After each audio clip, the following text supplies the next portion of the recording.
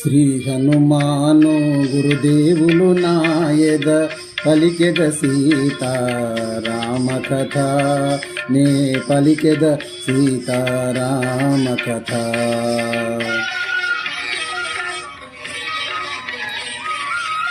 శ్రీ హనుమంతుడు అంజనీసుతుడు అతి బలవంతుడు రామభక్తుడు లంకకు బోయి రాఘల ధీరుడు మహిమోపేతుడు శత్రుకర్షణుడు జాంబవదాది వీరులందరును ప్రేరేపింపగా సమ్మతించెను. లంకేశ్వరుడు అపహరించిన జానకీ మాత జాడ తెలుసుకొనా.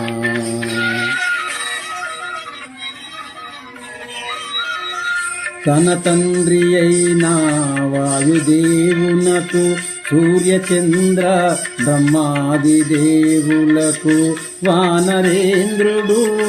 మహేంద్రగిరిపై వందనములిడే పూర్వాభిముఖుడై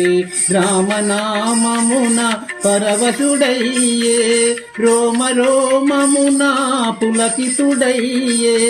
కాయము పెంచే కుప్పించి ఎగసే దక్షిణ దిశగా లంక చేరగా.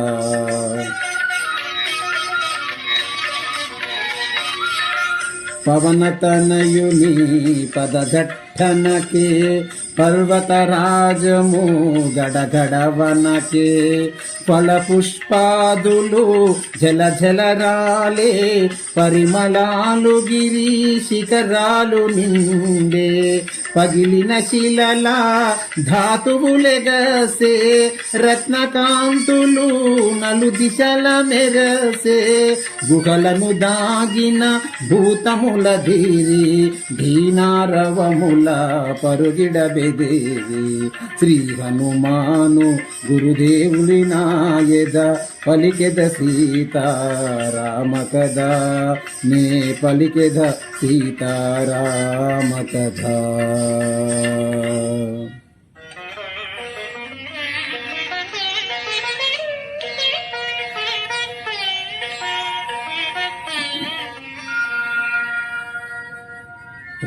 రఘుకులోత్తముని రామచంద్రుని పురుషోత్తముని పావన చరితుని నమ్మిన బంటుని అనిలతాత్మజుని శ్రీ హనుమంతుని స్వాగతమిమ్మని నీకడ కొంత విశ్రాంతి తీసుకొని పూజలందుకొని పోవచ్చునని జగర ప్రవృత్తుడు సాగరుడెంతో ముదుమదుమున పలికే మైనాకు నీతో.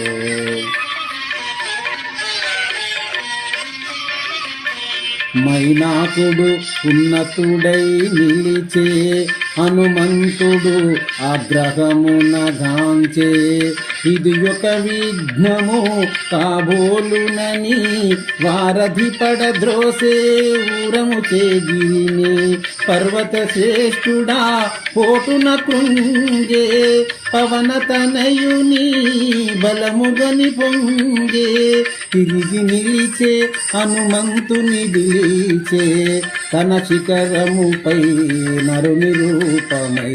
శ్రీ హనుమాను గురుదేవులు నాయద పలికెన సీతారామ కథ నే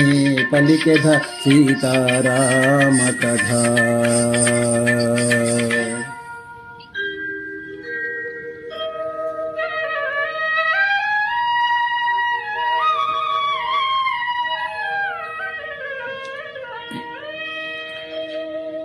వానరోత్తమా ఒకసారి నిలుమా నా శిఖరాల శమదీచుకొనుమా కందమూలములు పలుములు తినుమా నా పూజలు గొని మన్ననలందుమా శతయోజనముల పరిమితము గల జలదినవలీల దాటిపోగల నీరు మైత్రి కడు ప్రాప్యము నాకు నీదు తండ్రి కడు పూజుడు నాతో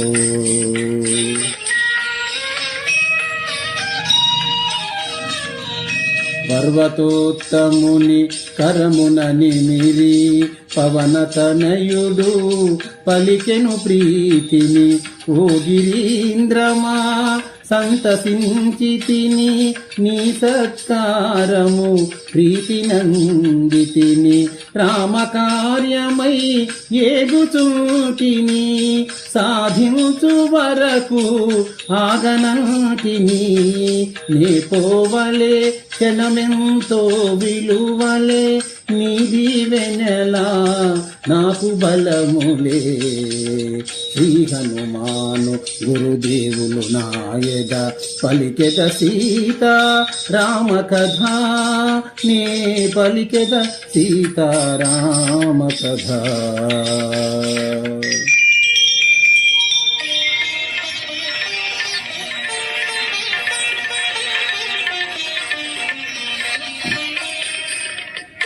అనాయాసముగా అంబర వీధిని పయనము చేసెడు పవన కుమారుని ఇంద్రాదులు మహర్షులు సిద్ధులు పులకాంకితులై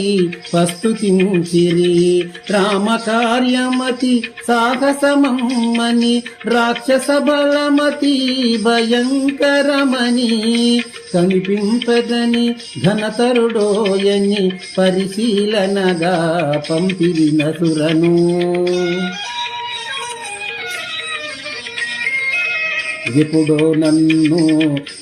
మృంగమని వరమొసగి మరి బ్రహ్మ పంపెనని అతిగా సురస నోటిని జరచే హనుమంతుడలిగి కాయము వెంచే ఒకరినొకరు మించి కాయము వెంచిరి శతయోజనములు విస్తరించిరి పైనుండి సురులు తహతహలాడిరి ఇరువురిలో ఎవరిదో గెలుపని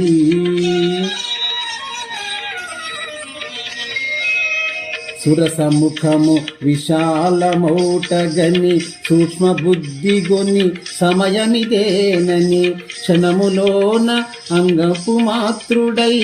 ముఖము జొచ్చి వెళ్ళి వచ్చే విజయుడై పవన కుమారుని సాహసమును గని దీవించే సురస నిజ రూపమోగొని నీరాళంబా నీలాంబరము గనుచు మారుతి సాగెను వేగము పెంచెను జలనిధిలేలే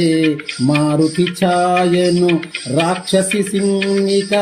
అడ్డగ్రహించెను గుహనులోలు తన నోటిని తెరిచెను కపివరుని గుంజి